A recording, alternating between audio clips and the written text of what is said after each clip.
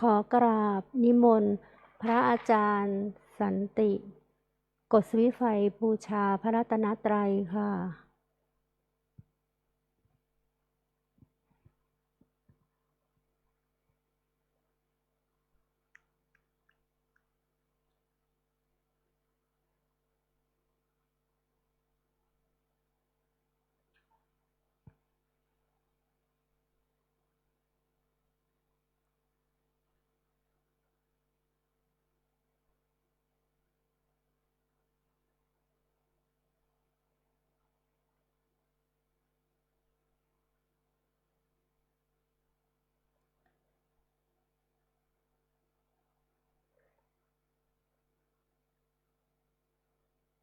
ขอเชิญท่านแม่ชีธันวรัตน์กดสวิตช์ไฟธูปเทียนเครื่องทองน้อยเครื่องล่างค่ะ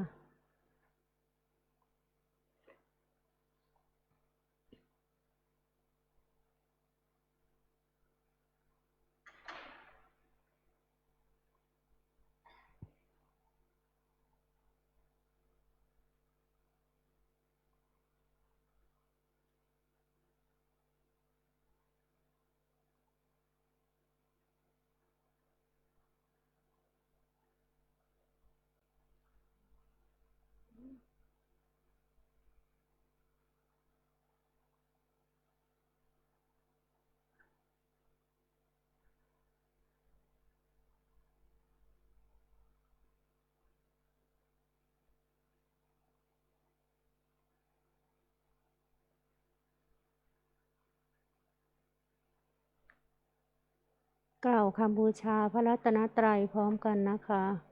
อิมินาสการเรนะตังพุทธังอภิปูชยามะอิมินาสการเรนะตังธัมมังอภิปูชยามะอิมินาสการเรนะตังสังฆังอภิปูชยามะอะระหังสัมมาสัมพุทโธภควาพุทธังภวันตังอภิวาเทมิกราบสวากขาโตภควตาธัมโมธัมมังนามัสสามิกราบสุปฏิปันโนภควโตสาวกสังโฆสังฆังนะมามิกราบหันธรรมยังพุทธัสสะภควโตปุพพาคะนะมะการังกโรมาเซนะโมตัสสะภะคะวะโตอะระหะโตสัมมาสัมพุทธัสสะนะโมตัสสะภะคะวะโตอะระหะโตสัมมาสัมพุทธัสสะนะโมตัสสะภะคะวะโตอะระหะโตสัมมาสัมพุทธัสสะหันธรรมยังพุทธานุสตินายังกโรมาเซอิติปิโสภะคะวะอะระหังสัมมาสัมพุทโธ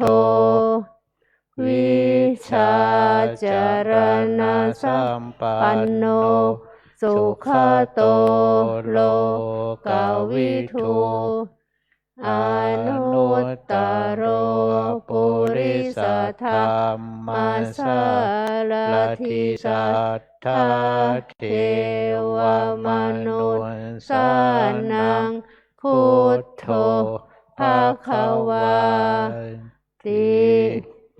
กายเยนวาจายวเจตสาวาพุทเทกุกัมมังปะกตังมยายังพุทโธปฏิคันหตุอัจจยันตังการันตะเรสังวริตุงวะพุทเทหันธรรมยังธรรมานุสตินยังกโรมาเสสวากขาโตภะคะวะตาธัมโมสันทิติโกอากาลิโกเอหิปัสสิโกโอปัญญิโกปัจจตังเวทิตาโพวินโยหิติกายเยนวาจายวเจตสาวาธัมเมกุกัมมังปะกตังมยายังธัมโมปฏิคันหตุอัจจยันตังการันตะเรสังวริตุวะธัมเมหันธรรมยังสังขานุสตินายังกะโรมาเสสุปฏิปันโนภะคะวะโตสาวกสังโฆอุชุปฏิปันโน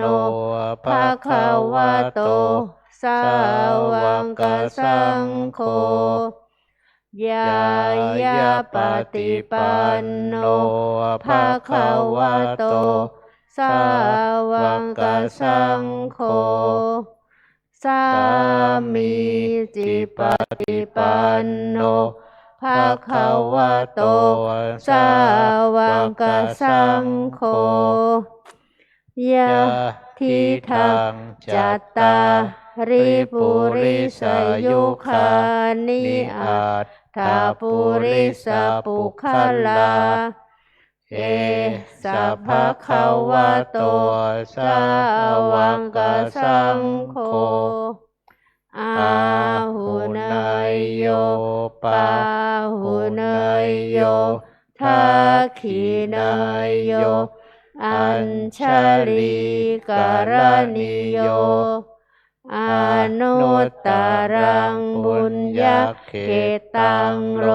กัสสาติกายเยนวาจายวเจตสาวาสังเคกุกัมมังปะกตังมยายังสังโฆปฏิคันหตุอัจจยันตังการันตะเรสังวริตุวสังเคหันธรรมยังสิริมังคลามหาเถระพิทุติคาถาโยภนามาเสสิริธาตามหาเทโรหิริโกสิริมังคโลมังคโลปายาเมทาวีมังคโลปายาเทสโกคารุธานิยาปาโมโคสิสานุสิทสนายโกโลกานุกรรมปิเมตายาสติปัฏฐา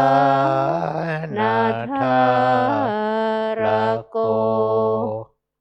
สติมาปมาโตจาตังนามาสามิสัพพะทาติสิริมังคละ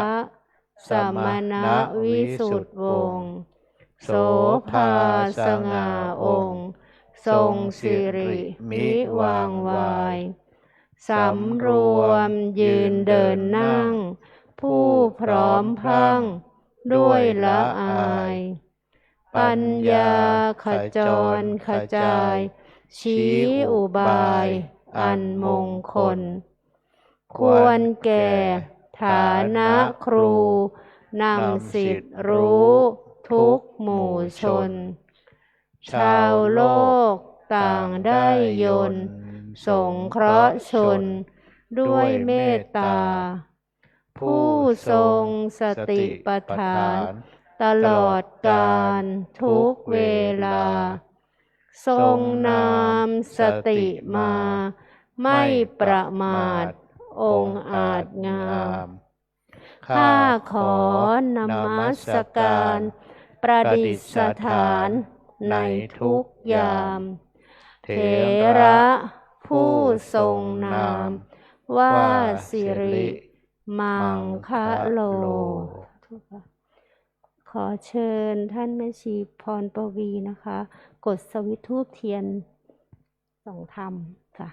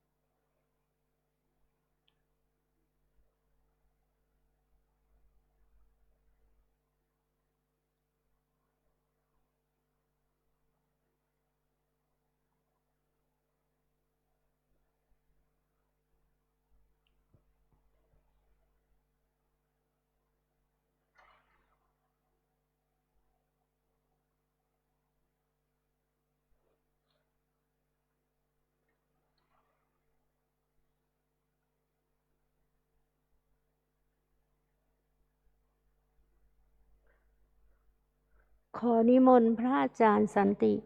องค์แสดงธรรมขึ้นสู่ธรรมาสน์ค่ะ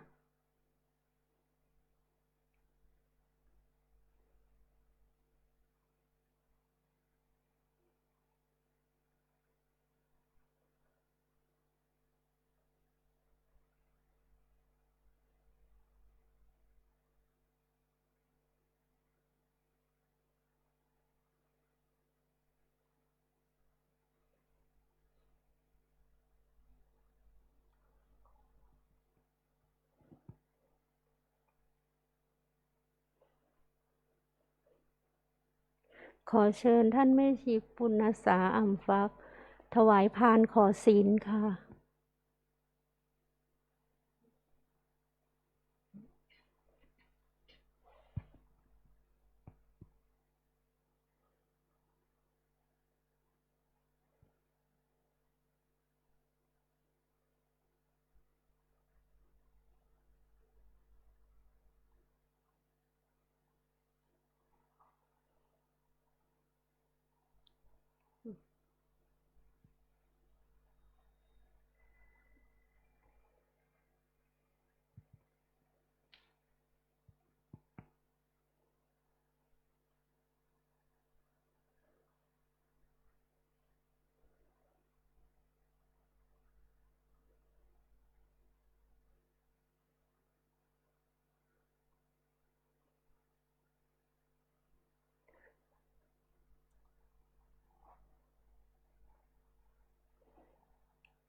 ขอเชิญคณะแม่ชีอุบาสกอุบาสิกาสมาทานศีลนะคะอาราธนาศีลพร้อมกันนะคะมายังพันเตติสรเนนะสหะอัฏฐศีลานิยาจามะ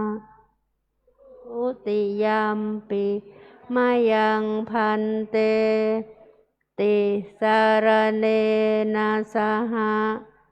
อัฏฐศีลานิยาจามะ ตติยัมปิ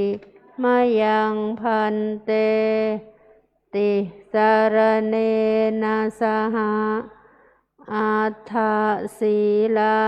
นิยาจามะนะโมตัสสะภะคะวะโตอะระหะโตสัมมาสัมพุทธัสสะนะโมตัสสะภะคะวะโตอะระหะโตสัมมาสัมพุทธัสสะนะโมตัสสะภะคะวะโตอะระหะโตสัมมาสัมพุทธัสสะนะโมตัสสะภะคะวะโตอะระหะโตสัมมาสัมพุทธัสสะนะโมตัสสะภะคะวะโตอะระหะโตสัมมาสัมพุทธัสสะ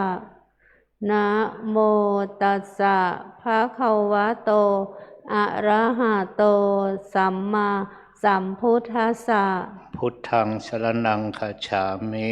พุทธังสารนังคัจฉามิธัมมังสรณังคัจฉามิธัมมังอะนังคัจฉามิสังฆังสรณังคัจฉามิสังฆังสารนังคัจฉามิทุติยัมปิพุทธังสรณังคัจฉามิทุติยัมปิพุทธังสารนังคัจฉามิทุติยัมปิธัมมังสรณังคัจฉามิทุติยัมปิธัมมังสารนังคัจฉามิทุติยัมปิสังฆังสรณังคัจฉามิทุติยัมปิสังฆังสารนังคัจฉามิตติยัมปิพุทธังสรณังคัจฉามิตติยัมปิพุทธังสารนังคัจฉามิตติยัมปิธัมมังสรณังคัจฉามิตติยัมปิธัมมังสารนังคัจฉามิตติยัมปิสังฆังสรณังคัจฉามิตติยัมปิสังฆังสารนังคัจฉามิติสรณะคัมมนังนิธิตังอามะพันเตปานาติปาตาเวรมณีสิกขาปะทังสมาธิยามิปานาติปาตาเวระมณีสิกขาปะทังสมาธิยามิอาทินนาทานาเวรมณีสิกขาปะทังสมาธิยามิอาทินนาทานาเวระมณีสิกขาปะทังสมาธิยามิอภรัมมจริยาเวรมณีสิกขาปะทังสมาธิยามิอาพรหมจริยาเวระมณี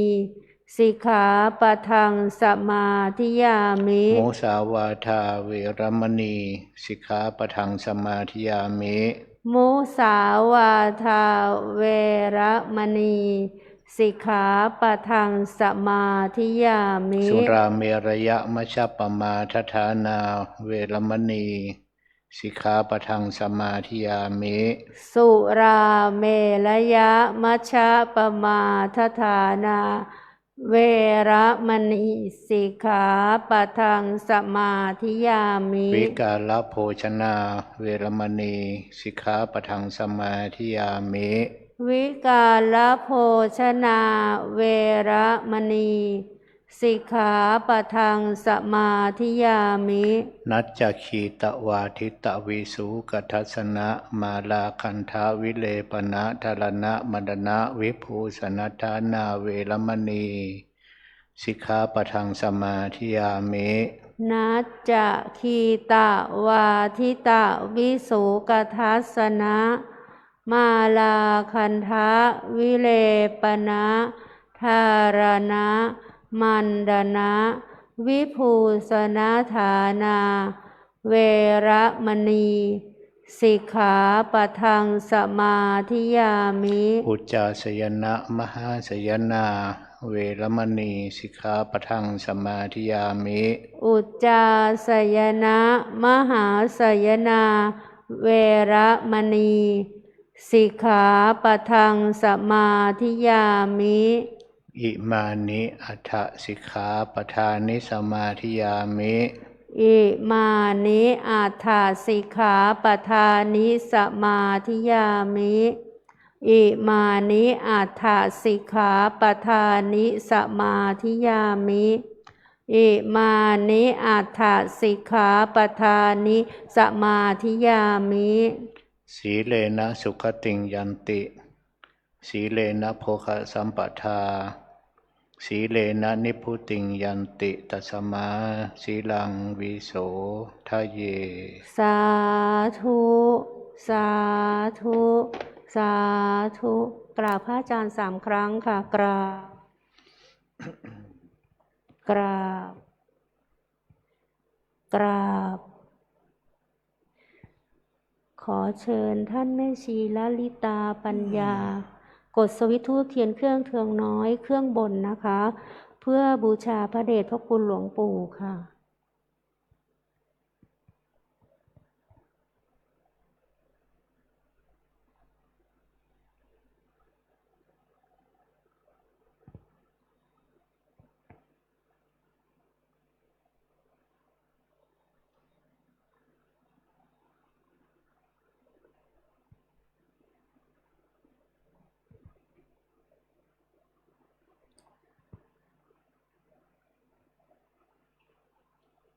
ขอเชิญท่านแม่ชีวรธาอาราธนาธรรมค่ะพรหมาจาโลกาทิปติสหัมปติกาตันชลีอานาทิวารังอายาจถาสันติทัสสาตาอัปปาราชคะชาติกาเทเสหิธัมมังอนุกัมปิมังปัจฉังท้าวสหัมบดีพรหมเป็นบรมในพรหมมาทรงฤทธิ์ที่ศักดากว่าบริษัททุกหมู่พรหมน้อมหาดนามัสการประดิษฐานหน้าที่สมควรแล้วจึงบังคมชุลีบาทพระศาสดาขอพรอันประเสริฐวรเลิศมโหฬารปวงสัตว์ในโลกากิเลสน้อยก็ยังมีขอองค์พระจอมเกล้าสู่ธรรมาสอันรู้จริงโปรดปวงประชานีท่านจงโปรดแสดงธรรมนิมนต์ท่านเจ้าข้าผู้ปรีชาอันเลิศล้ำโปรดแสดงพระสัทธรรมเทศนาปวาทีเพื่อให้สำเร็จผลแก่ปวงชนบรรดานี้ศพสู่กระเสมสีสมดังเจตนาเทินอาราธนังคโรมา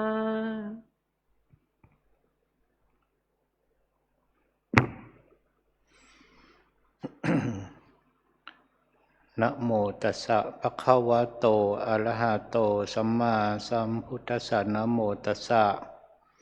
ภควโตอะระหะโตสัมมาสัมพุทธัสสะนะโมตัสสะภควโตอะระหะโตสัมมาสัมพุทธัสสะนัตถิขันธาสมาทุกขาติอิขอความนอบน้อมของข้าพเจ้าจงมีแด่พระรัตนตรัยขอน้อมถวายความเคารพในสรีระร่างแห่งขันธ์ธาตุของพระเดชพระคุณหลวงปู่พระพรหมมงคลอดีตที่ปรึกษาเจ้าคณะภาค7อดีตหัวหน้าภาควิปัสสนาอดีตเจ้าวาดวัดพระธาตุศรีจอมทองและอดีตเจ้าสำนักปฏิบัติธรรมและสำนักเรียนแห่งวัดพระธาตุศรีจอมทอง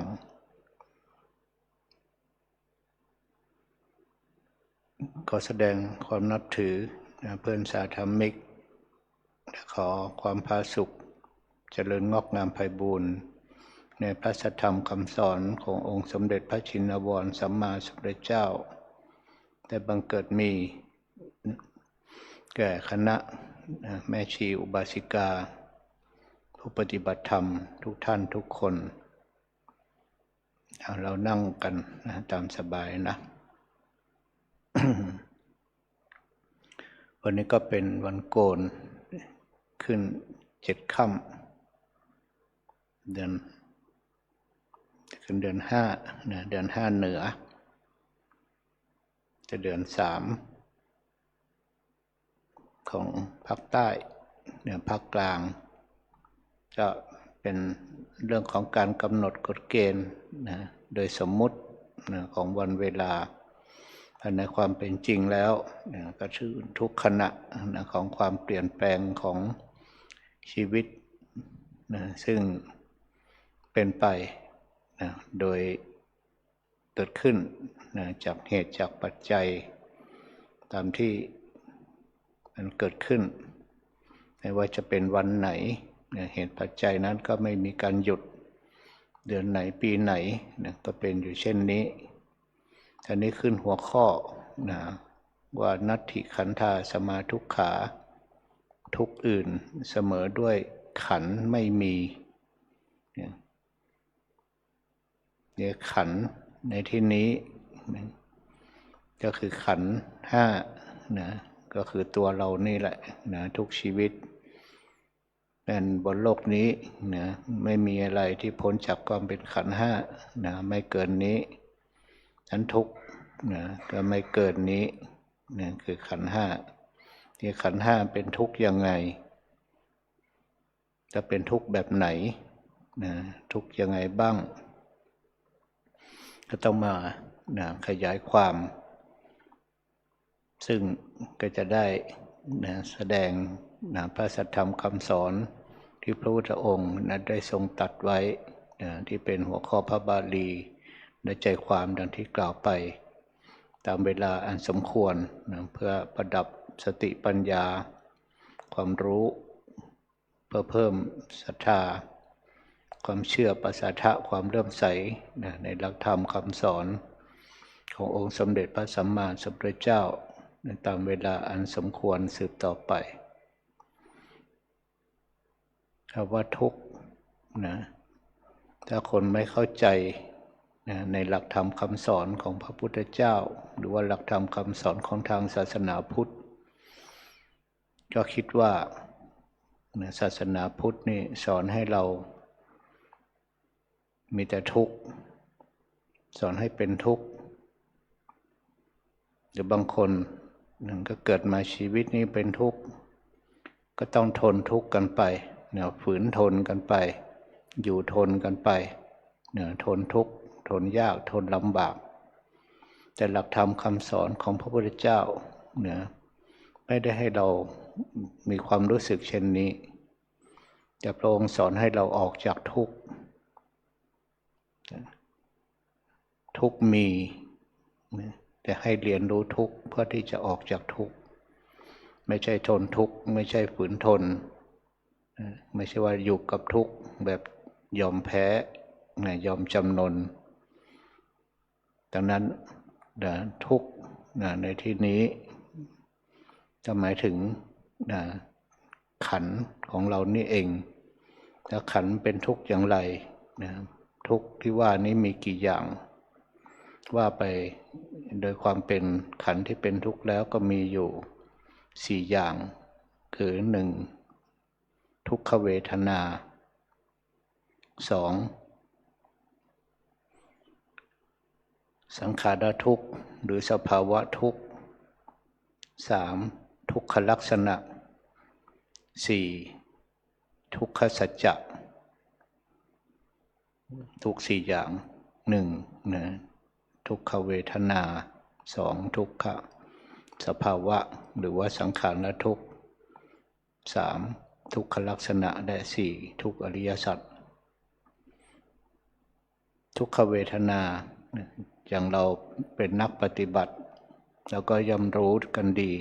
ว่าความทุกขเวทนานั้นเกิดเป็นความรู้สึกที่เสวยความไม่สบายทางกายไม่สบายทางใจนี่ชื่อว่าทุกขเวทนาแต่ทุกขสภาวะหรือสังขารทุกข์สังขารทุกข์ก็คือ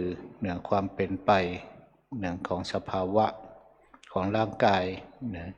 ที่เป็นทุกข์จากอิริยาบถทุกข์จากการต้องแก้ไขทุกข์จากทุกขลักษณะก็คือลักษณะทั้ง3ประการคืออนิจจลักษณะทุกขลักษณะและอนัตตลักษณะเรียกว่าสามัญลักษณะทุกข์ไตรลักษณ์และก็อริยสัจจะทุกขสัจจะอันนี้ทุกข์ทั้งหมดที่กล่าวมาไม่ว่าจะเป็นทุกขเวทนาสังขารทุกข์หรือว่าทุกขลักษณะทุกสภาวะสังขารทุกข์รวมลงในทุกขสัจจะเป็นอริยสัจเป็นทุกขอริยสัจทีนี้ทุกขเวทนาผู้ปฏิบัติยังไงการที่เราปฏิบัติทุกขเวทนาเนี่ยมีอยู่ตลอดเวลาตลอดชีวิตที่เรามีอยู่กันอยู่โดยที่เราไปพูดถึงว่าสุขเวทนาแต่ความรู้สึกสุขก็มีแต่ทำไมถึงพูดว่ามีแต่ทุกข์หรือว่าอุเบกขาเวทนาก็มีแต่ทำไมพูดถึงว่าเป็นทุกข์อันนั้นก็ความรู้สึกที่เป็นทุกขเวทนาส่วนหนึ่งซึ่งวันนี้พูดถึงทุกข์ส่วนสุขเวทนาอุเบกขาเวทนานั้นจะไปอยู่ในสามัญลักษณะทุกข์ทุกขเวทนาในการปฏิบัติเราก็ต้องมองตามความเป็นจริงของธรรมดาถ้าเรามองเวลาปฏิบัติเพื่อที่จะเห็นแต่ความปวดความเจ็บรอมันปวดรอมันเจ็บแล้วคิดว่าทุกขเวทนาดังนั้นก็คือว่าชีวิตธรรมดาของเราไม่ใช่ทุกข์ต้องมาปฏิบัติเสียก่อนถึงจะทุกข์ถ้าแบบนั้นความเข้าใจของเรามันก็ผิดแทนที่ปัญญาเราจะได้เห็นความเป็นจริงของธรรมดาเราก็ไปสร้างสิ่งที่มันไม่ธรรมดาขึ้นมาโดยการมาปฏิบัติเพื่อให้เห็นทุกข์แต่พระเจ้าตรัสไว้ในสติปัฏฐานสูตรกายเวทนาจิตธรรมก็คือให้ดูเวทนาที่เกิดขึ้นตามความเป็นจริงดูตอนไหนก็ดูตอนที่มันมีไม่ได้ไปหา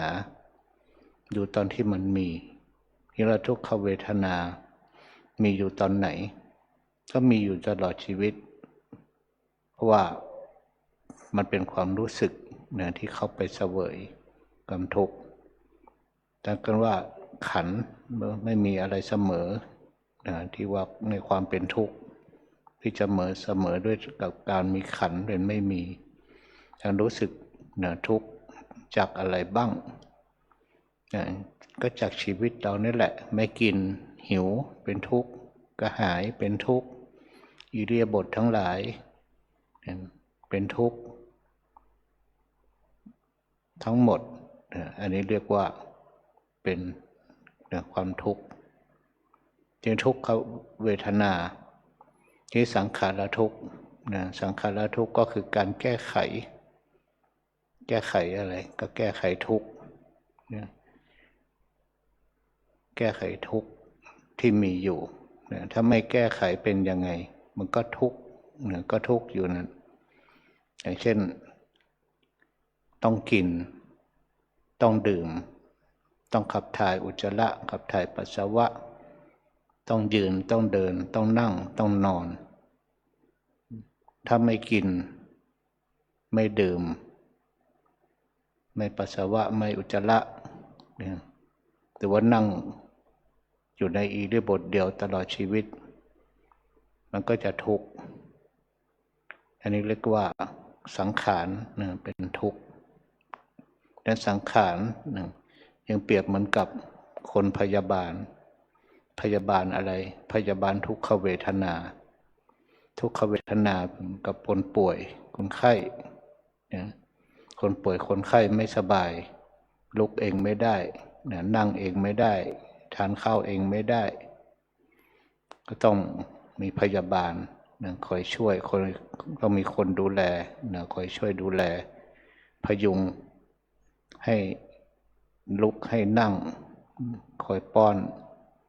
อาหารคอยป้อนน้ำให้ดื่มจะเข้าห้องน้ำถ่ายอุจจาระปัสสาวะก็ต้องคอยดูแลในสังขารทุกข์เปรียบเหมือนกับพยาบาลคนดูแลก็เหนื่อย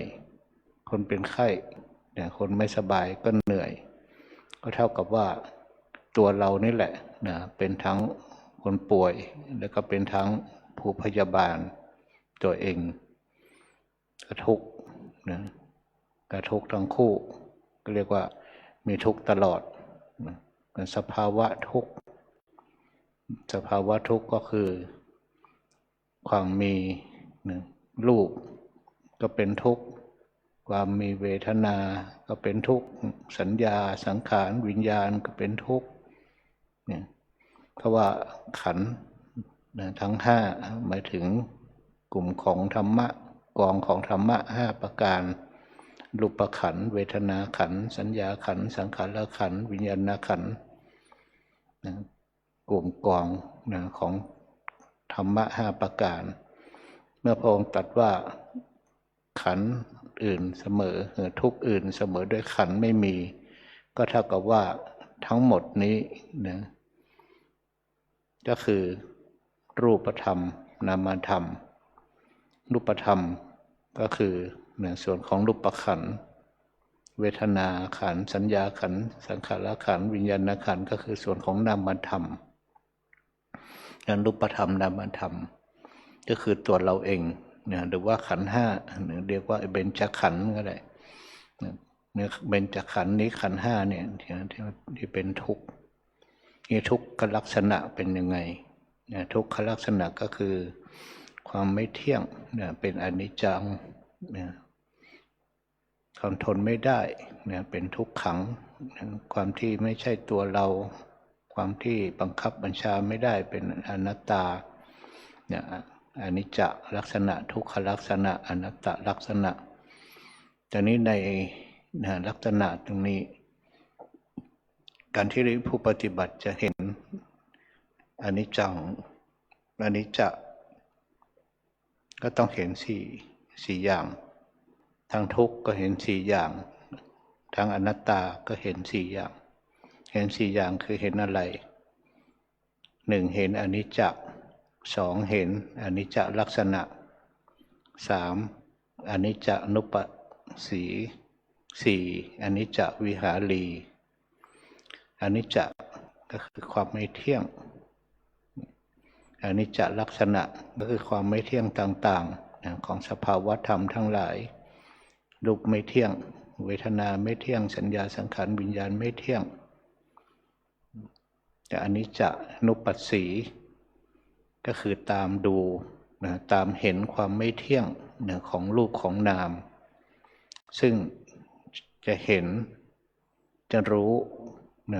ว่ารูปไม่เที่ยงยังไงนามไม่เที่ยงยังไงการตามดูนะก็ต้องตามดูตอนที่มันปรากฏไม่ได้ไปคิดถึงว่ามันไม่เที่ยงเพราะว่ามันเปลี่ยนแปลงหรือไม่ใช่ความจำจากการได้ยินได้ฟังนะสุตตมยญาณหรือว่าจินตญาณการไปคิดนะคิดไปย้อนไปอดีตนะมาเทียบกับปัจจุบันรูปไม่เที่ยงนะก็เพราะว่ามันเปลี่ยนแปลงนะหรือว่าเวทนาไม่เที่ยงเมื่อวานนี้สุขวันนี้ทุกข์นะเมื่อวานทุกข์วันนี้สุขเมื่อเช้าสบายตอนนี้ไม่สบายมันไม่เที่ยงแบบนี้ไม่ใช่เนี่ยอันนี้จะอนุปัสสีต้องเห็นตอนที่มันกำลังมีนะเห็นตอนที่มันกำลังปรากฏฉะนั้นการปฏิบัตินะจึงให้เราอยู่กับความจริงนะของปัจจุบันเมื่อเราพูดถึงนะว่าทุกข์แล้วก็คือต้องเป็นทุกข์ตลอดดูตรงไหนเวลาไหนนะก็ทุกข์นะไม่ทุกข์ก็เวทนาก็สังขารทุกข์ไม่สังขารทุกข์ทุกขลักษณะ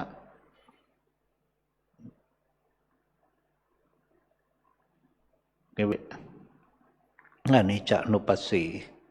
แต่อันนี้จะวิหารีหมายถึงว่าการที่เราเห็นทุกข์อยู่บ่อยๆด้วยความไม่เที่ยงโดยความเป็นอนิจจ์เนี่ยก็เอาความไม่เที่ยงนั่นแหละเป็นอารมณ์อยู่ตลอดเวลาเป็นอารมณ์อยู่ทุกขณะเห็นสภาวะไหนก็เห็นถึงความไม่เที่ยงเห็นสุข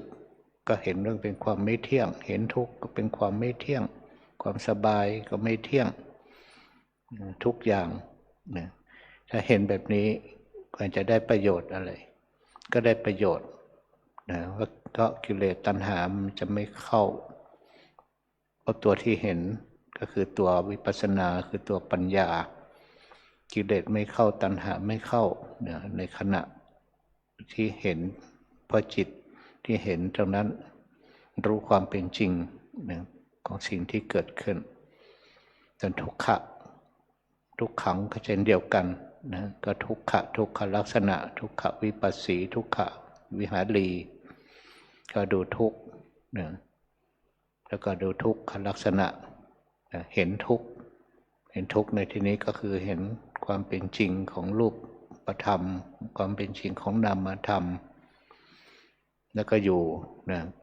กับความรู้สึกนะว่ารูปนี่แหละคือทุกข์นามนี่แหละคือทุกข์ขันธ์นี่แหละคือทุกข์เวลาไหนนะทุกข์ตลอดเวลาเห็นตอนไหนก็เห็นทุกข์นะเห็นเมื่อไหร่ก็เห็นทุกข์นี่คือทุกขสัจจะพอรวมทั้งหมดนะจะเป็นทุกขเวทนาก็อยู่ในทุกขอริยสัจจะสังขารทุกข์ก็อยู่ในทุกอริยสัจทุกขลักษณะก็อยู่ในทุกอริยสัจและในทุกขอริยสัจนะก็มีกิจมีหน้าที่กิจหน้าที่คือยังไงทุกข์นะเป็นกิจที่จะต้องกำหนดรู้ปริญญยกิจสมุทัยเป็นกิจที่จะต้องละปหานกิจนิโรธเป็นกิจที่จะต้องทำให้แจ้งสัจฉิกิริยกิจและภาวนาเป็นกิจที่จะต้องทำให้เกิดขึ้นมีขึ้นจะทำให้บริบูรณ์ภาวนากิจทั้งสี่เนี่ยก็คืออริยสัจสี่พูดถึงโดยความเป็นเหตุความเป็นผลทุกข์เป็นผลซึ่งมาจากเหตุก็คือสมุทัยนิโรธเป็นผลหมายถึงนิพพานมรรคก็เป็นเหตุเท่ากับว่าอริยสัจสี่ก็คือความเป็นเหตุเป็นผลสองคู่แรกเหตุผลของทุกข์กับการเกิดทุกข์คู่ที่สองเหตุของการดับทุกข์แล้วก็ดับทุกข์ถ้าพูดถึงโดยความเป็นโลกิยะโลกุตระทุกข์กับสมุทัย ก็เป็นโลกิยะทุกขนิโรธกับทุกขนิโรธคามินีหรือว่านิพพานกับมรรคก็เป็นโลกุตระ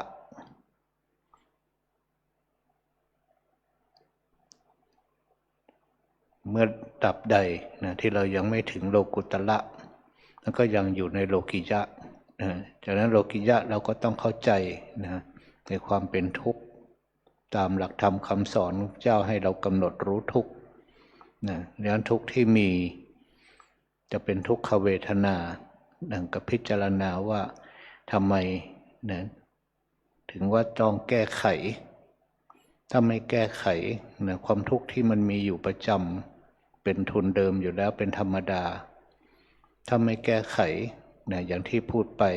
นะไม่กินไม่ดื่มไม่ขับถ่ายมันก็ตายนะทุกข์จนตายนะอาจจะต้องตายและในความทุกข์ตรงนี้นะพูดถึงว่าเพราะอะไรเนี่ยเราถึงไม่เห็นเพราะอะไรเราถึงไม่รู้เพราะว่าขาดการพิจารณาขาดความสนใจขาดความใส่ใจหรือเรียกว่าโยนิโสมนสิการแต่ถ้าเราได้พิจารณานะอยู่นี้เราก็จะได้เห็นนะความเป็นจริงตรงนี้ว่าที่เราขยับตัวเราแก้ไขทุกข์นะไม่ว่าจะอะไรก็ตามไม่ต้องรอนะให้ทุกข์มันแรงๆนะทุกข์ใจแรงๆทุกข์กายหนักๆแต่อันนั้นเราเรียกว่าทุกข์หรือว่ามีเหตุการณ์อะไรเหตุการณ์หนึ่งแบบนั้นนะถึงพูดว่าฉันมีความทุกข์เป็นความทุกข์นะอันพวกนั้นเป็นความทุกข์จรและความทุกข์ประจำนะที่พระองค์ตัดและรูปมาเป็นทุกข์นะเป็นทุกข์ขันธ์เป็นทุกข์ก็ทุกข์นะที่เกิดมาแล้วก็แก่นะแล้วก็เจ็บนะและถึงที่สุดทุกข์จนความ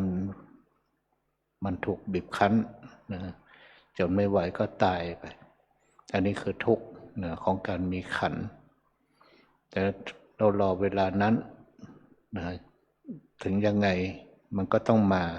ไม่รอก็มานะแต่ก็คงไม่มีใครนะที่จะอยู่รอเพื่อที่จะมันตายหรือไม่ต้องรอเราก็หาวิธีนะที่ก่อนจะตายแต่ว่าฝึกฝนอบรมนะสติปัญญาวิปัสสนาเราเพื่อที่จะออกจากความตายให้ได้ทำไมถึงเรียกว่าเราออกจากความตายออกจากความตายได้ก็คือการไม่เกิดเพราะถ้าเราพิจารณาแล้วนะโรคภัยไข้เจ็บอะไรต่างๆทั้งหลายนะความทุกข์ต่างๆทั้งหลายเรื่องราวต่างๆทั้งหลายนั้นมาจากการเกิดทั้งนั้นมาจากการที่เรามีขันธ์ทั้งนั้นถ้าเราไม่มีขันธ์นะก็คือไม่มีการเกิดทุกข์ต่างๆทั้งหลายนะไม่ว่าจะเป็นโรคภัยไข้เจ็บอะไรต่างๆไม่ว่าเรื่องราวนะที่เกิดขึ้นนะที่เราได้ประสบทุกข์ภัยอะไรต่างๆหรือว่าภัยภายนอกนะจากน้ำท่วมจากไฟไหม้จากวัฏภัยจากเหตุการณ์นะสงครามถึงเราจะไม่ได้อยู่ในเหตุการณ์แต่เราก็ได้รับผลกระทบแต่เราก็ไม่แน่นะว่าชีวิตของเรานั้นจะเป็นสุขเป็นสบายนะอยู่ตลอดไปทุกภพทุกชาติบางชาติบางภพเราจะไปเกิดอยู่ในเมืองในประเทศที่มีสงครามตลอดเวลานะเกิดมาก็ได้ยินเสียงระเบิดแล้วเกิดมาก็ได้ยินเสียงคร่ำครวญโหยหวนเพราะสูญเสียคนที่รักหรือว่าประสบกับเพศภัยอะไรนี่เราว่าเราหนีไม่พ้นนะถ้าตราบใดนะยังมีการเกิดอันนี้พูดถึงนะในฐานะของความเป็นมนุษย์แต่ถ้ายังมีการเกิดนะในภพภูมิที่ไม่สามารถที่จะทำอะไรได้นะชดใช้แต่กรรมอย่างเดียวนะภพภูมินั้นก็เรียกว่าหมดโอกาสทีนี้ถ้าเราพูดถึงในกรณีอย่างเช่นเราได้เกิดมาตรงนี้นะเราก็มาพิจารณาถึงความเป็นจริงนั้นทุกข์มีนะแต่ไม่ได้ให้หนีทุกข์ ให้เรียนรู้ทุกข์เรียกว่ากำหนดรู้ทุกข์ในตัวที่เราจะต้องละก็คือตัวอวิชชาตัวตัณหาเอาความไม่รู้ก็จึงต้องปฏิบัติวิปัสสนาให้เกิดปัญญารู้อะไรรู้ความจริงความจริงก็คือรู้อริยสัจสี่นี่แหละรู้ทุกข์รู้เหตุของทุกข์รู้การดับทุกข์และรู้วิธีปฏิบัติสำหรับดับทุกข์อวิชชามันปิดบั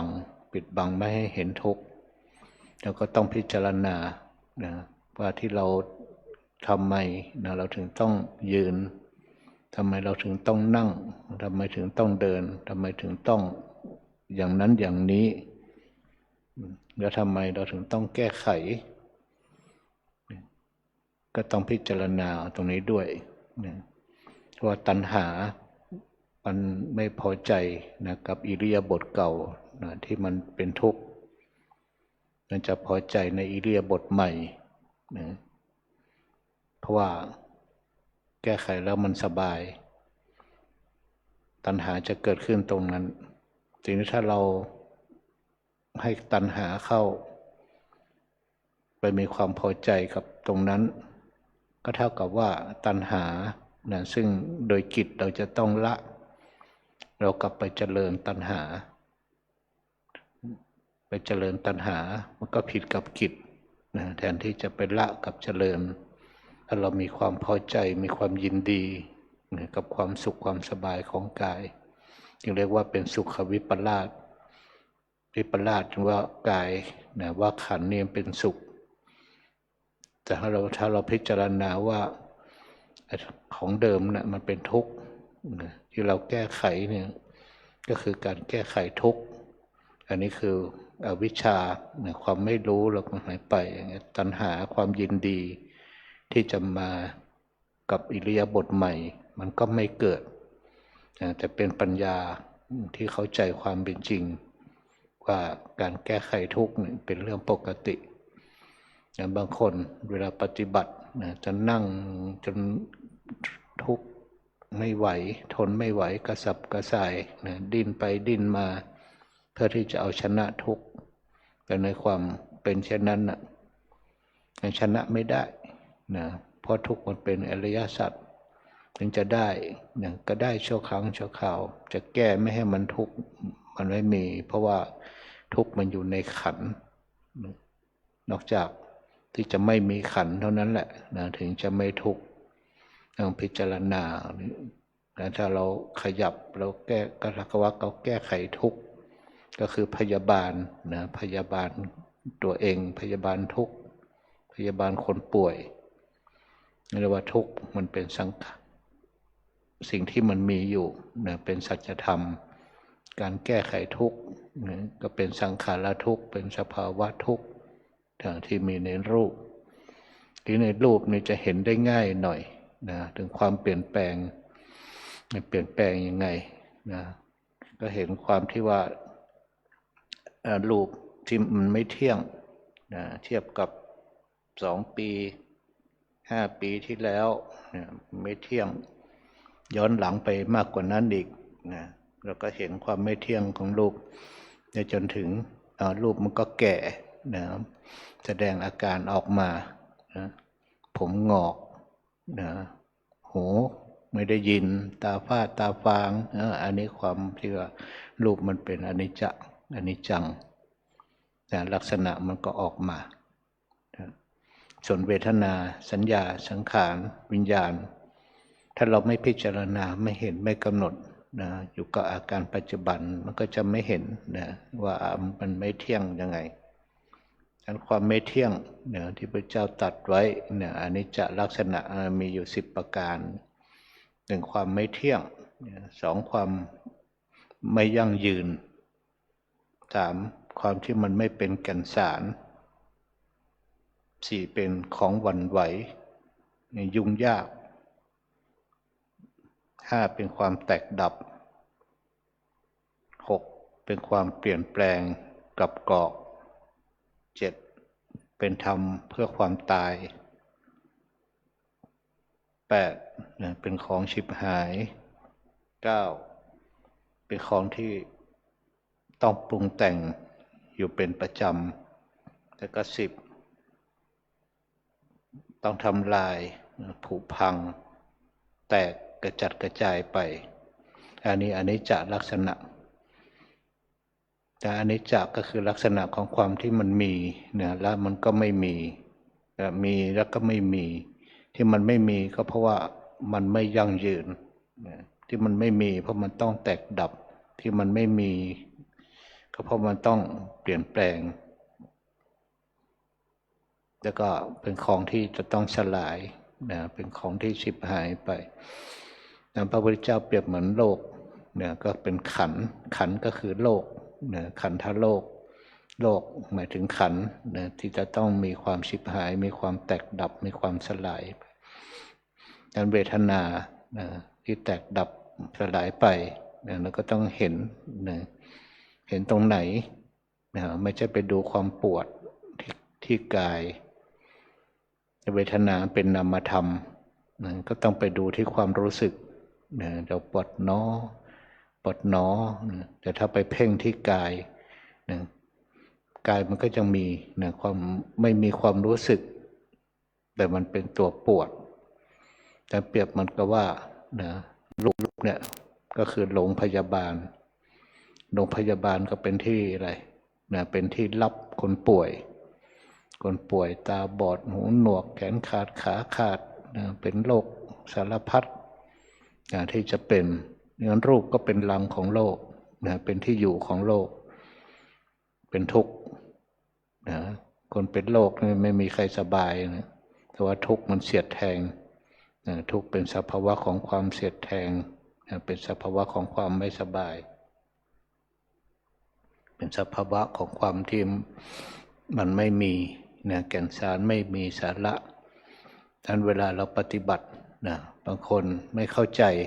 นะพอได้สภาวะของความสุขความสงบนะความนิ่งก็ไปยินดีนะไปพอใจอยู่ตรงนั้นนะคิดว่านี่นะเป็นการปฏิบัติธรรมของเราได้ประสบกับความสำเร็จนะนิ่งสบายสงบแต่อย่าลืมว่าขันธ์เป็นทุกข์นั้นในความสงบก็ดีในความสุขที่เกิดขึ้นก็ดีที่เรียกว่าปัสสัทธิที่เรียกว่าเป็นความสุขเป็นความเบาอะไรต่างๆมันก็อยู่ในขันธ์ที่เมื่อขันธ์มันไม่เที่ยงขันธ์มันเป็นทุกข์ต้องถูกบีบคั้นให้เปลี่ยนแปลงและไม่สามารถที่จะบังคับบัญชาได้ให้ความสุข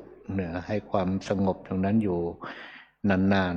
ๆมันก็กลับเปลี่ยนแปลงกลับกรอกพอเราไปยึดกับตรงนั้นมันก็เป็นทุกข์เกิดขึ้นนั้นก็ต้องเห็นต้องรู้ตามความเป็นจริงว่าถ้าเราจะทำสมาธิแบบนั้นคือการประสบความสำเร็จแต่ทำสมาธิกับทำวิปัสสนามันเป้าหมายต่างกันวิปัสสนาคือให้เห็นความเป็นจริงความเห็นเป็นจริงก็อย่างที่พูดนี่แหละก็คือดูขันธ์ดูความเป็นทุกข์ที่มีขันธ์เห็นทุกข์เห็นโทษเพราะมีขันธ์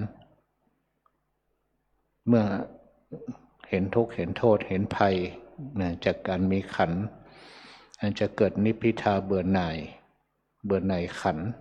เบื่อหน่ายการมีขันธ์แต่ถ้าไม่เห็นตรงนี้มันก็จะเข้าใจว่าขันธ์เป็นสุขแล้วก็เป็นวิปลาส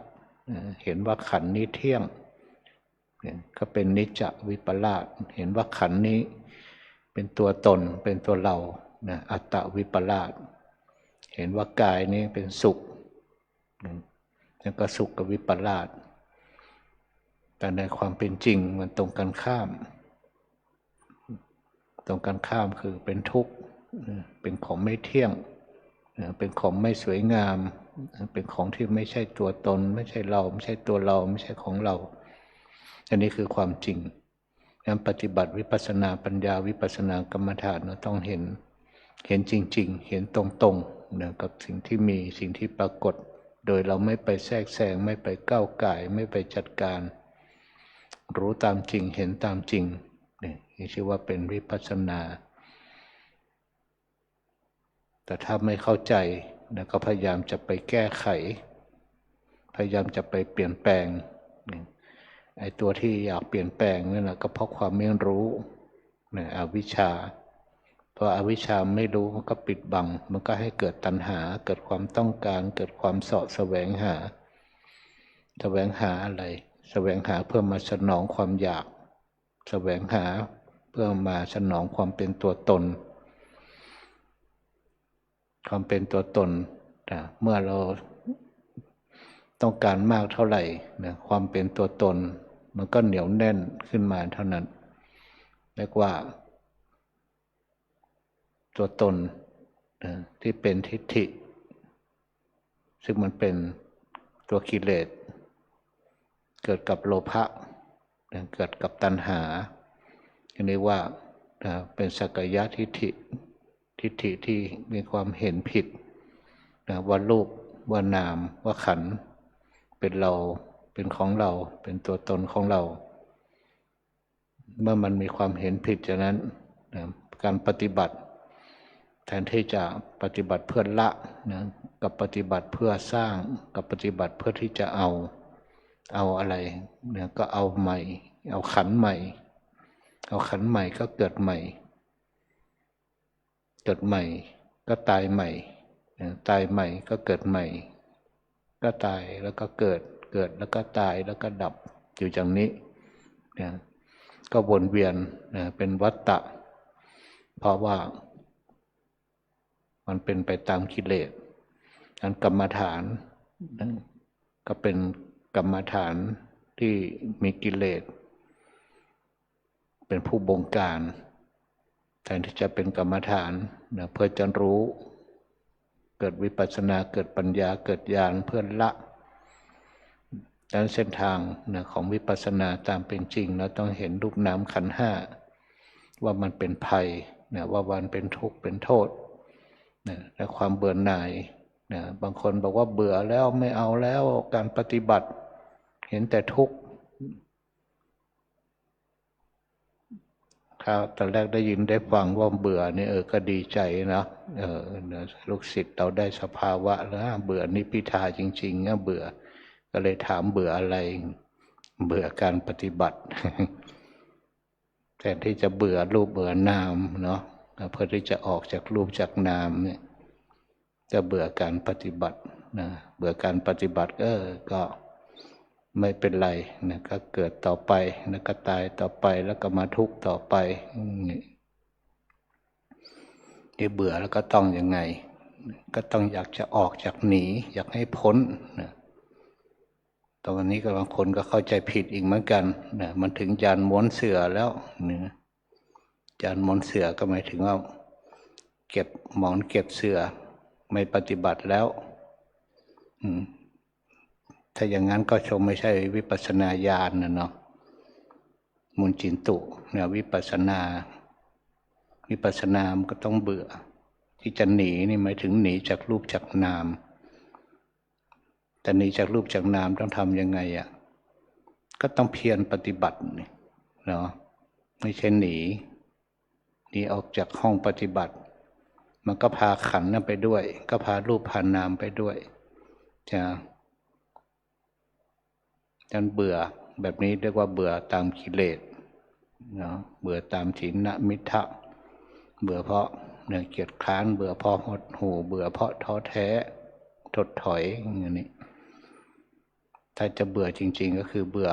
นี่แหละเบื่อทุกข์ที่มันมีรูปมีนามนั่นแหละจะหนีจะออกก็ต้องหนีออกไปไหนก็มีที่เดียวที่มันไม่มีทุกข์ที่มันไม่มีการเปลี่ยนแปลงที่มันไม่ต้องมีเหตุไม่ต้องมีปัจจัย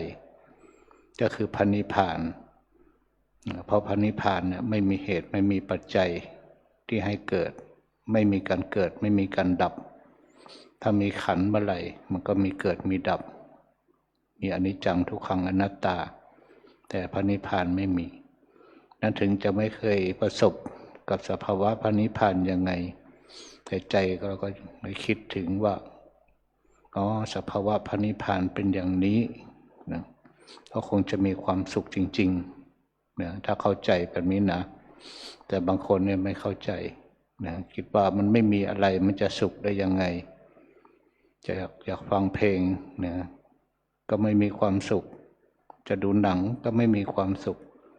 แต่จริงๆเนี่ยความสุขที่มันต้องมีอะไรนั่นแหละนะคือบรมสุขดังนั้นสภาวะพระนิพพานไม่ต้องมีสิ่งปรุงแต่งแต่คนไม่เข้าใจมันก็ยังห่วงขันในอยู่นะเราก็ไม่อยากจะตายไม่อยากให้คนที่เรารักตายเนี่ยคนที่รักเราก็ไม่อยากให้เราตายไม่อยากให้เราสูญเสียไม่อยากเราพักภาคถูกไปจับในห้องขัง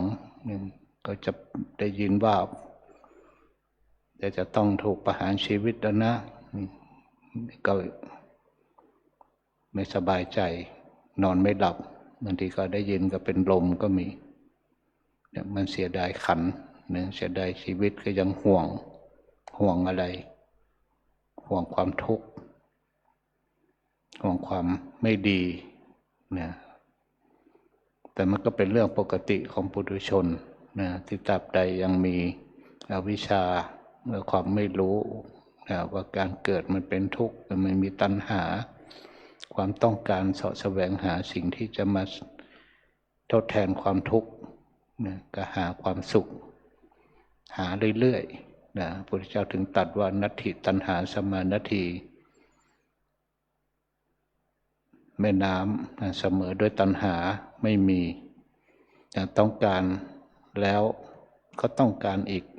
ต้องการได้ยินแล้วก็ต้องการฟังอีกเห็นแล้วก็ต้องการเห็นอีกกินแล้วก็ต้องกินอีกนอนแล้วก็ต้องนอนอีกก็เป็นอยู่อย่างนี้แหละนะประจำวันแต่ตราบใดที่มันยังมีนะความต้องการนะการเกิดก็ต้องมีให้ทำยังไงนะถึงจะต้องพ้นจากตรงนี้นะเมื่อรู้สาเหตุว่ามันไม่รู้ก็คืออวิชชาก็ต้องสร้างรู้ขึ้นมานี่รู้ยังไงนะรู้จากการได้ยินได้ฟังเนี่ยก็รู้เป็นความรู้นะรู้แล้วก็คิดพิจารณานี่ก็เป็นความรู้แต่ความรู้ในขั้นคิดในขั้นพิจารณาจะเป็นความรู้ในขั้นภาวนานะอันนี้นะถึงจะเป็นความรู้ที่เห็นของจริงเห็นความจริงยังรู้ตัวนี้นะเป็นปัญญาที่ละทำลายได้นะทำลายถึงที่สุดของอวิชชานะของความไม่รู้ก็ไปลำดับขั้นนะจากเบาให้มันลดลงเบาบางแล้วก็ถึงที่สุดจนทำลายเด็ดขาดนะเป็นมรรคเป็นขั้นเป็นตอนไปนะเมื่อมรรคบริบูรณ์เป็นขั้นนะของกิเลสที่มันจะถูกละไปจนครบ4 ครั้งนะครบ4 มรรคอันนี้ว่ามีนิพพานนะเป็นอารมณ์ทุกมรรคโสดาปัตติมรรคโสดาปัตติผลนี่นิพพานเป็นอารมณ์นิพพานเป็นอารมณ์ก็คือสงบสงบจากการมีขันธ์นี่เรียกว่าสงบจากกิเลสขันธ์5นั่นแหละถ้าอยู่ในสภาวะตรงนั้นแต่ที่มรรคจิตเกิดผลจิตเกิดนิพพานเป็นอารมณ์แต่มรรคจิตเกิดครั้งเดียวนะตลอดในวัฏฏะสงสารนั่นแหละหมายถึงโสดาปัตติมรรคนะเกิดครั้งเดียวอนาคามิมรรคสกทาคามิมรรคก็เกิดครั้งเดียวอรหัตมรรคก็เกิดครั้งเดียวแต่ผลเนี่ยเกิดได้หลายครั้งนะเกิดได้หลายครั้งในที่นี้หมายถึงว่าเกิดได้หลายขณะจิตมรรคจิต1 ขณะผลจิต2-3 ขณะอันนี้หมายถึงครั้งแรกนะทีนี้ผลจิตสามารถเกิดได้นะหลายๆครั้งในครั้งต่อไปนั่นที่เรียกว่าได้สมบัติตรงนั้นมาแล้วเข้าถึงแล้วนะเขาเรียกว่าเข้าพละสมาบัตินะเวลาเราพูดนะก็ต้องให้พูดให้ถูกตรงกับสภาวะคนไปเอาการเข้าสมาธินะที่เป็นฌานสมาบัติมาพูดว่าได้พละสมาบัติ งานผิดสภาวะฌานสมาบัติก็ฌานสมาบัติคือสมาธิแต่กิเลสยังไม่หลุดแต่ถ้าผลสมาบัติโสดาปัตติมรรคโสดาปัตติผลเกิดสักกายทิฏฐิหลุดวิจิกิจฉาหลุดศีลพัตตปมาสหลุดอันเนี้ยเรียกว่ามรรคนั้นทำลายเด็ดขาดแต่เวลาเราพูดก็ให้มันตรงกับสภาวะจะไปเข้าสมาบัติอะไรก็ไม่รู้นะพูดได้นะแต่สภาวะจริงๆมันใช่ไหมหรือว่าไปพูดว่านิเข้านิโรธนะแต่ใช้คำว่านิโรธสมาบัติก็ใช้กับพระอนาคามีพระอรหันต์แต่ถ้าพูดแบบนั้นก็หมายถึงว่าตัวเองได้ระดับพระอริยบุคคลระดับที่3ระดับสุดท้ายถึงกับระดับสูงแบบนี้แล้ววิธีที่จะเข้านิโรธมันก็ต้องเคยทำทั้งสมถะเคยทำทั้งวิปัสสนาเราทำวิปัสสนาอย่างเดียวได้จะเข้านิโรธมันก็ต้องไปเข้าฌานตั้งแต่ฌานที่เป็นรูปฌานไปเข้าถึงอรูปฌานชั้นเนวสัญญานาสัญญาตรงมาแล้วก็ขึ้นไปครั้งหนึ่งแล้วก็ค่อยเข้านิโรธสมาบัตินี้จนเวลาของการที่เราปฏิบัติถึงไม่ได้ตรงนั้นอันนี้พูดไปตามสภาวะแต่จริงๆจุดประสงค์วันนี้ก็คือจะพูดถึงเรื่องของทุกข์กับการดับทุกข์นี่แหละก็คือดับทุกข์ในขั้นพื้นฐานของชีวิตให้เราเข้าใจว่าตัวขันธ์ตัวชีวิตของเราเนี่ยความจริงมันก็คือตัวทุกข์ก้อนทุกข์ร่างกายนี่คือก้อนทุกข์ก้อนเสื่อมนี่แหละเป็นเหมือนน้ำแข็งปล่อยเอาไว้อยู่ที่ไหนมันก็เสื่อมมันก็ละลายยิ่งไปอยู่ที่เหตุที่ปัจจัยมันเสื่อมง่ายมันก็ไปง่ายเอาก้อนน้ำแข็งไปวางกลางแดดมันก็ละลายเร็วร่างกายของเราก็เช่นเดียวกันถ้าเราใช้แบบระมัดระวังแบบทนุถนอมมันก็ใช้ประโยชน์ได้นานแต่ถ้าเราใช้ร่างกายของเราไปในทางที่ผิดบางคนไม่รู้ว่าร่างกายเอาทำประโยชน์ได้ก็ไปใช้ดื่มเหล้าไปใช้เที่ยวไปใช้อะไรร่างกายมันก็ทรุดโทรมบางคนเนี่ยอายุเท่ากันแต่ไปหน้าเกินอายุก็มีว่าพูดถึงก็เพราะว่าไม่รักษาร่างกายเพราะไม่รู้ว่าร่างกายเนี่ยเอามาทำประโยชน์ได้ถึงที่สุดก็ออกจากทุกข์ได้บางคนมีทุกข์แต่แก้ไขทุกข์ไม่เป็นจะหาวิธีที่ผิดทางมันก็เลยทุกข์เพิ่มขึ้นไปแต่ทุกข์ที่เรามีอยู่พระเจ้าไม่ได้ให้ยอมจำนนเอาทุกข์ที่มีนั่นน่ะแล้วก็แก้ไขให้ถูกโดยวิธีปฏิบัติหากุศลมาแทนหากุศลมาเอาร่างกายที่ทุกข์เนี่ยไปทำทานบ้างไปทำประโยชน์ที่จนจะเป็นไปได้ในทางที่มันดีงามเอากายของเรานี้มาเดินจงกรมมานั่งสมาธิสวดมนต์ไหว้พระอันนี้ก็เรียกว่าเอาทุกข์นั่นแหละมาเปลี่ยนให้เกิดประโยชน์เกิดเป็นบุญเกิดเป็นกุศลแต่เรากำหนดเท้าที่เราจ้างก้าวเป็นจังหวะเป็นระยะสติความรู้สึกตัวเกิดสมาธิได้งั้นเท้าของเราก็เป็นที่เกิดแห่งบุญการหายใจของเราก็เป็นที่เกิดแห่งบุญแห่งกุศลจนถึงที่สุดเป็นได้ภาวนาถึงเข้าใจถึงความเป็นอนิจจังทุกขังอนัตตาต้องเข้าใจตรงนี้ถ้าเราไม่เข้าใจไม่เห็นตรงนี้ก็ไม่เห็นมันไม่เห็นทุกข์นั่นก็เป็นทุกข์แล้วนั้นไม่ได้เป็นทุกข์อริยสัจแต่ถ้าเห็นทุกข์อริยสัจเห็นเมื่อไหร่มันก็พร้อมกันมานั้นว่า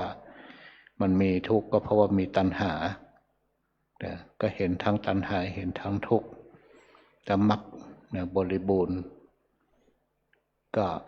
เห็นนิพพานก็เท่ากับว่าขันธ์ห้าเนี่ยมันก็จะเห็นแล้วก็ออกจากขันธ์นะโดยนิพพานการที่เราท่านทั้งหลายนะได้มีสิ่งที่เรามีนะก็ให้เข้าใจว่าขันธ์นั่นเนี่ยนะเป็นทุกข์ไม่มีเสมอเหมือนนะจากการมีขันธ์นะขันธ์พูดอะไรก็ไม่พ้นนะจากการมีขันธ์โดยเฉพาะนะบนโลกมนุษย์นี่ก็คือขันธ์ห้านี่แหละนะเป็นที่สุดแต่วันนี้นะก็ได้มีโอกาสนะแสดงพระธรรมเทศนาแต่เรื่องหัวข้อธรรมะ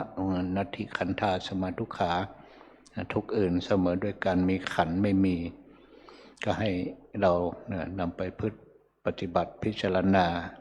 นะตามความเป็นจริงตรงนี้อย่างน้อยนะก็เป็นประโยชน์นะที่เราเข้าใจและจะปฏิบัติได้ถูกต้องสนได้มากได้น้อยนะหรือว่าได้อะไรเท่าไหร่อันนั้นก็เป็นอีกเรื่องหนึ่งนะขึ้นอยู่กับสติปัญญาบารมีนะที่เราสั่งสมอบรมมาแต่ยังไงก็ตามนะเราจะของเก่ามายังไงนะแต่ของใหม่ก็คือปัจจุบันนี้เราก็เพียรสร้างสมสั่งอบรมกันไปนะอาจจะเป็นเหตุเป็นปัจจัยให้ได้เข้าใกล้นะถึงมรรคผลนิพพานได้เป็นอุปนิสัยติดตัวติดตามเราไปแสดงพระธรรมเทศนานะในคำของคืนวันนี้ถ้าเห็นสมควรแก่เวลานะก็ขออานิสงส์แห่งการได้แสดงธรรมและได้ฟังธรรมตรงนี้ได้เป็นบุญอันเกิดจากการได้ยินได้ฟังบุญอันเกิดจากการแสดงธรรมเจตนาอันเป็นกุศลที่ได้มาร่วมกันในกิจกรรมของวันโกนซึ่งมีการแสดงพระธรรมเทศนาตามประสงค์ของพระเดชพระคุณหลวงปู่ก็เท่ากับว่าเราก็ได้รักษาคำสั่งคำสอนของครูบาอาจารย์ไม่ได้ทิ้งก็แล้วแต่โอกาสที่ได้มีโอกาสมาแสดงแล้วก็เราก็ตั้งใจฟังธรรมกันก็ขอให้ได้มีปัญญาขอให้เกิดสติปัญญาญาณเห็นความเป็นจริงของสังขารเห็นความเป็นจริงของชีวิตเพื่อที่จะพาตนให้พ้นทุกข์และเข้าถึงความสุขอันเกษมสันต์คือมรรคผลนิพพาน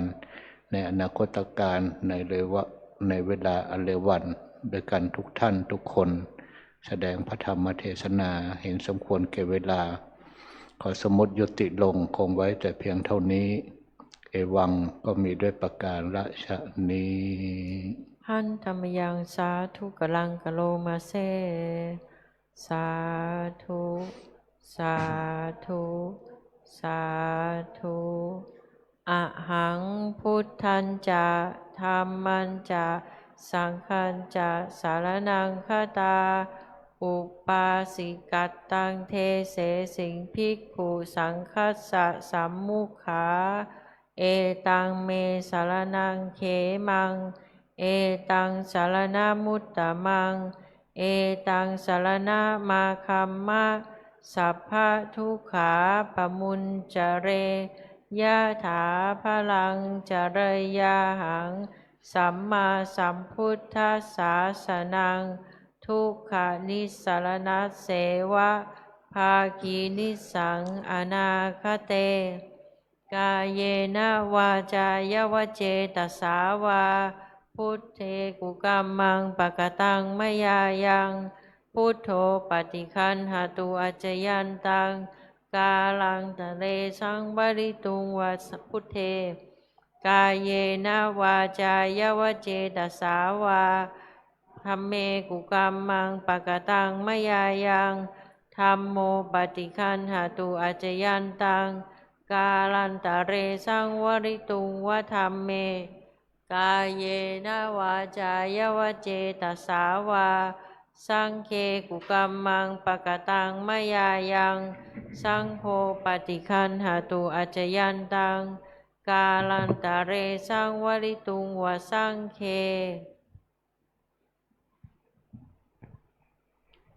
ขอเชิญท่านแม่ชีจิตตราจิตเจือจุนนะคะ ถวายไทยธรรมค่ะ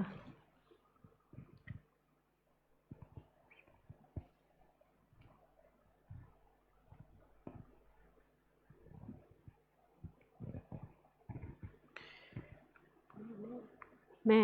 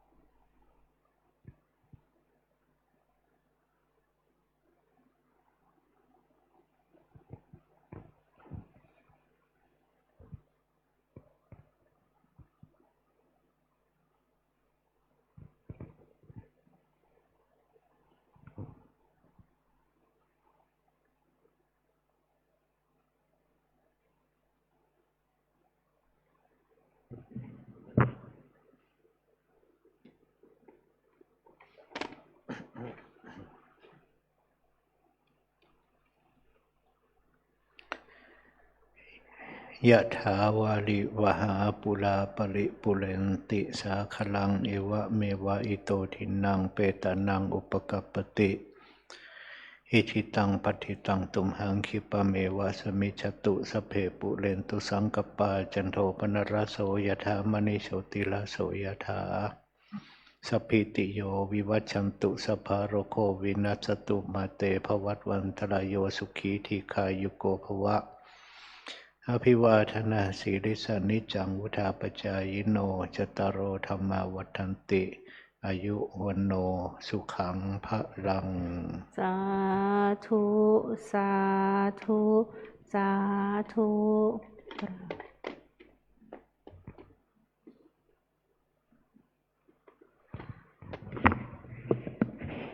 ขอเชิญทุกท่านเจริญจิตภาวนา10 นาทีค่ะ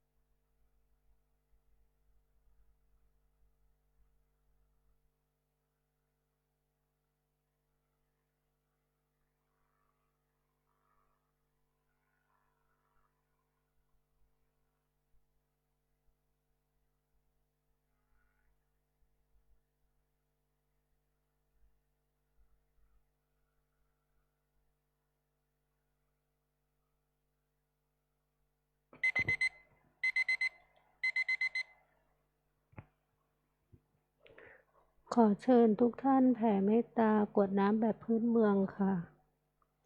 อิทังทานากรรมังนิพพานาปัจจโยโหตุโนนิจัง อิทังศีลกรรมังนิพพานาปัจจโยโหตุโนนิจัง อิทังภาวานากรรมังนิพพานาปัจจโยโหตุโนนิจัง ยังกินจิกุสลังกัตถพังกัมมังสัพเพหิกาเตหิกาตังปุญญังโนอนุโมทันตุสุนันตุพนโตเยเทวาอาสามิงคาเน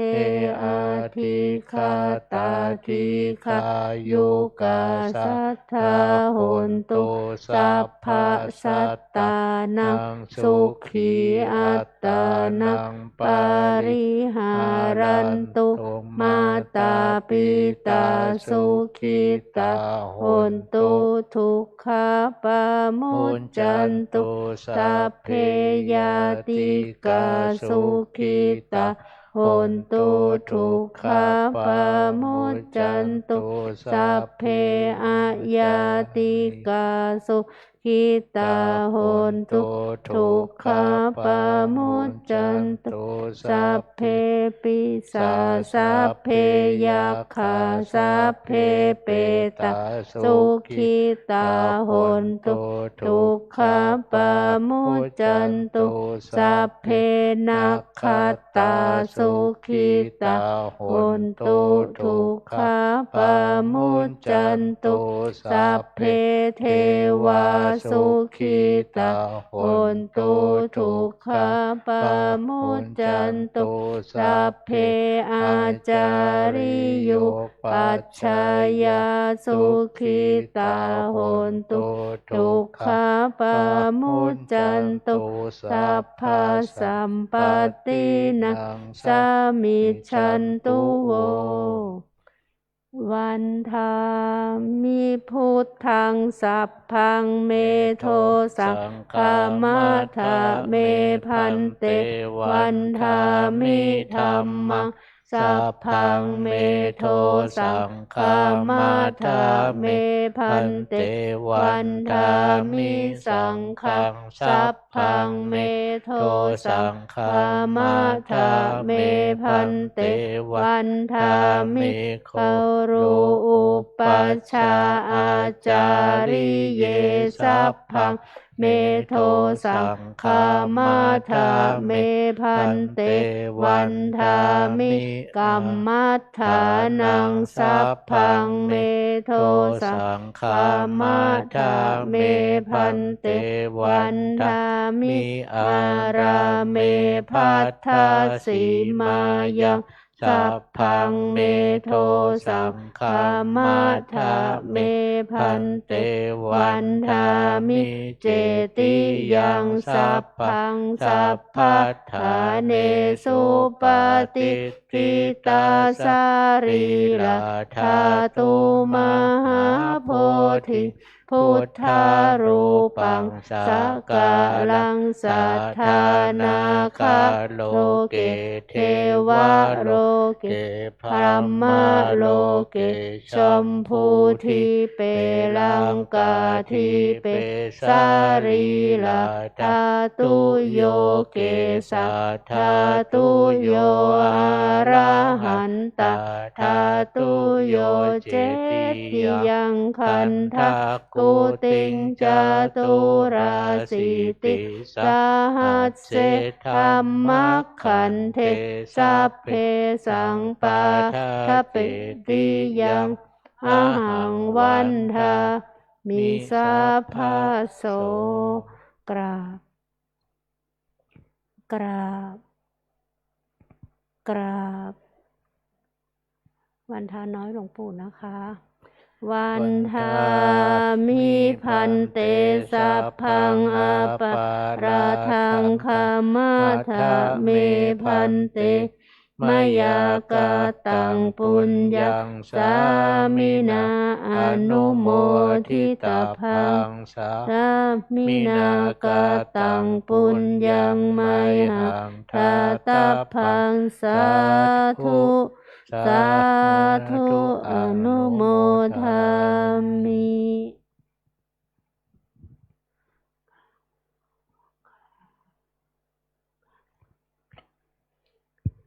วันทาน้อยพระอาจารย์นะคะ วันทามิพันเตสัพพังอัปปาราทังคัมมาทะเมพันเตมยากาตังปุญญังสามินาอนุโมทิตาพังสามินากาตังปุญญังไมหังทาตาพังสาธุสาธุอนุโมทามิจัตตาโลทีคายุโกอายุวันโนสุขังพะลังสาธุสาธุสาธุกราบ